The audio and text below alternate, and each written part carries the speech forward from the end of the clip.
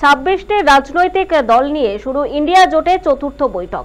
India জোটের চতুর্থ বৈঠকে রয়েছেন বাংলার মুখ্যমন্ত্রী মমতা বন্দ্যোপাধ্যায়, কংগ্রেস নেত্রী সোনিয়া গান্ধী, কংগ্রেস নেতা রাহুল গান্ধী, বিহারের মুখ্যমন্ত্রী তথা জেডিইউ নেতা নীতিশ কুমার, বিহারের ডেপুটি মুখ্যমন্ত্রী এবং আরজেডি নেতা তেজস্বী যাদব, শিবসেনা সুপ্রিমো উদ্ধব ঠাকরে সহ অন্যান্য শরিকরা ইন্ডিয়া জোটের বৈঠকে যোগ দিয়েছেন মুখ্যমন্ত্রী মমতা বন্দ্যোপাধ্যায়। সেখানে দাঁড়িয়ে জানা গিয়েছে এদিনের ইন্ডিয়া জোটের বৈঠকে বিভিন্ন ইস্যু নিয়ে আলোচনা হতে চলেছে এবং যার মধ্যে মূল লক্ষ্য হচ্ছে আসন সমঝোতা, যৌথ প্রচার এবং প্রস্তাবিত কর্মসূচির রূপায়ণ হচ্ছে মূল ইস্যু। বিভিন্ন রাজ্যে কংগ্রেসের সঙ্গে আঞ্চলিক দলগুলির আসন রফা ঠিক কি হবে তাই কিন্তু এই বৈঠকে চূড়ান্ত হবে বলেই মনে করা হচ্ছে। তৃণমূলের আসন সমঝোতা এমনটাই কিন্তু সূত্র মারফত খবর, যেখানে ইন্ডিয়া জোটের চতুর্থ বৈঠক হতে চলেছে। সেই বৈঠকে উপস্থিত রয়েছেন বাংলার মুখ্যমন্ত্রী মমতা বন্দ্যোপাধ্যায় সহ কংগ্রেস নেত্রী সোনিয়া গান্ধী থেকে শুরু করে যারা বিজেপি নেতৃত্বরা রয়েছেন তারা উপস্থিত রয়েছে সেখানে। এই বিষয়ে একটু জানার চেষ্টা করবো। আমাদের সঙ্গে টেলিফোন লাইনে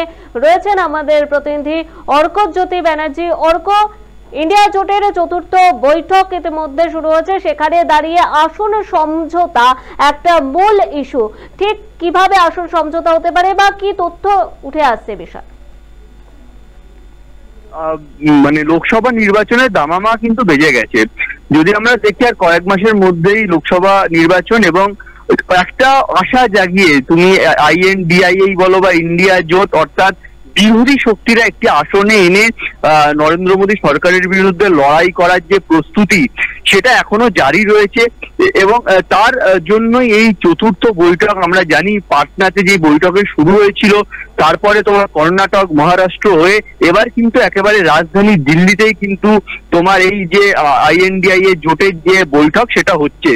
এবং সব থেকে তাৎপর্যপূর্ণ বিষয় হলো সঞ্জিতা, কয়েকদিন আগেই তোমার দেশের কয়েকটি রাজ্যে বিধানসভা নির্বাচন হয়েছে এবং এই নির্বাচনগুলোতে আমরা দেখলাম যে একমাত্র তোমার তেলেঙ্গানা, সেখানে কংগ্রেস ক্ষমতায় এসেছে। বাকি কংগ্রেসের হাত থেকে তোমার ছত্তিশগড় বা রাজস্থানের মতো রাজ্য বেরিয়ে গেছে। এবং পাশাপাশি যদি আমরা দেখি মধ্যপ্রদেশে অনেক তোমার সমীক্ষা যারা করেন তারা বলছিল যে কংগ্রেসের একটা সম্ভাবনা রয়েছে, কিন্তু আমরা নির্বাচনের রেজাল্ট বেরোনোর পর আমরা দেখলাম যে একেবারে কংগ্রেস ওখানে ধূলিসাৎ হয়ে গেছে।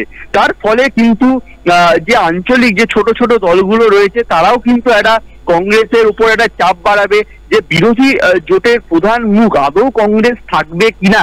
দেখো, ইতিমধ্যে আমরা জানি যে গতকাল তোমার তৃণমূলের মুখপাত্র কুণাল ঘোষ একটা ইঙ্গিত দিয়েছেন যে এই যে বিরোধী জোট, এই বিরোধী জোটের মুখ করতে হবে পশ্চিমবঙ্গের মুখ্যমন্ত্রী মমতা বন্দ্যোপাধ্যায়কে, তাহলে বিজেপি তিন ডিগ্রি বিজেপি ক্রস করতে পারবে না। সেক্ষেত্রে একটা সম্ভাবনা আছে। অপরদিকে মমতা বন্দ্যোপাধ্যায়, যেটা আমরা সূত্র মারফত জানতে পেরেছি যে এই রাজ্যে অর্থাৎ পশ্চিমবঙ্গে মাত্র 2টি আসন কংগ্রেসকে ছাড়তে চেয়েছে এবং আরেকটি আসন নিয়েও কিন্তু একটা দর কষাকষি চলছে।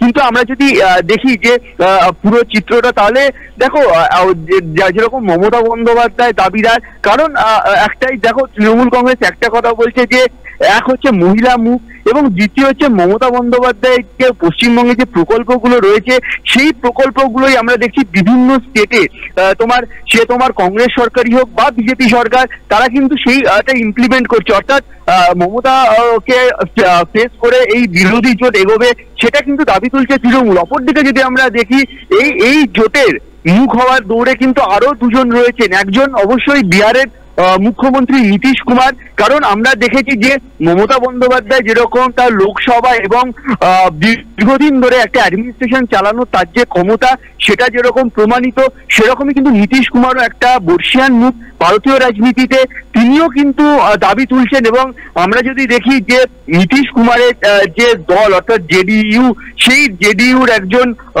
নেতাও কিন্তু তিনিও কিন্তু বলেছে যে যদি নীতিশ কুমারকে এই জোটের মুখ করা হয় তাহলে এই জোট অনেক ভালো রেজাল্ট করতে পারবে। পাশাপাশি আরেকটা কথা ভুললে চলবে না সঞ্জিতা, অরবিন্দ কেজরিওয়াল, যার সঙ্গে মমতা বন্দ্যোপাধ্যায় কিন্তু দিল্লি পৌঁছানোর পর প্রথম বৈঠকটা করেছেন এবং প্রথম আঞ্চলিক দল ভারতবর্ষে যারা পরপর দুটি রাজ্যে তারা ক্ষমতায় রয়েছে, এক রাজধানী দিল্লিতে রয়েছে, এবং 2 তারা রয়েছে হচ্ছে তোমার পাঞ্জাবে। এবং একটা কথা সঞ্জিতা ভুললে চলবে না, কংগ্রেস যদি এই INDIA জোটকে লিড করে, সেক্ষেত্রে তোমার অনেক এমন দল রয়েছে যারা কিন্তু জোটে আসতে চাইছে না। যেরকম আমরা যদি দেখি তোমার তোমার আম আদমি পার্টি, তারা দিল্লি এবং পাঞ্জাবে তারা কিন্তু কংগ্রেসকে হারিয়ে এসছে। পাশাপাশি আমরা যদি দেখি তোমার টিডিপি বা তোমার এই যে তোমার চন্দ্রশেখর রাওয়ের যে পার্টিরা তেলেঙ্গানায় কংগ্রেস যাকে হারিয়েছে, এই সমস্ত দলগুলো কিন্তু একেবারে নিজেদেরকে অকংগ্রেসি এবং অবিজেপি, অর্থাৎ কংগ্রেস এবং বিজেপি দুটো দলের থেকেই সমদূরত্বে রেখে তারা কিন্তু পথ চলতে পছন্দ করেন।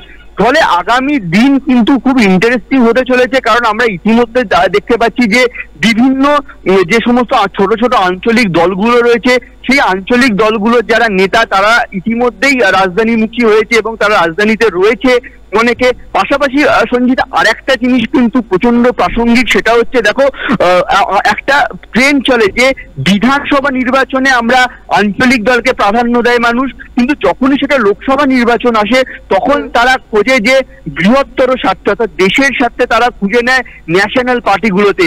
সেখানে দাঁড়িয়ে নিজেদের যে তাৎপর্য, নিজেদেরকে যে গুরুত্ব, সেটাও কিন্তু বাড়াতে কিন্তু এই দলগুলো চাইবে বলে আমার মত সঞ্জিতা। একেবারেই অনেক ধন্যবাদ অর্কজ্যোতি। এতক্ষণ আমাদের সঙ্গে টেলিফোন লাইনে ছিলেন আমাদের প্রতিনিধি অর্কজ্যোতি ব্যানার্জি। যেখানে ইন্ডিয়া জোটের চতুর্থ বৈঠক দিল্লিতে হচ্ছে, তার মধ্যে আসন সমঝোতা মিলে ইস্যু, সেখানে দাঁড়িয়ে কংগ্রেসকে ঠিক কতটা আসন ছাড়ে সেদিকে কিন্তু নজর রয়েছে সকলের।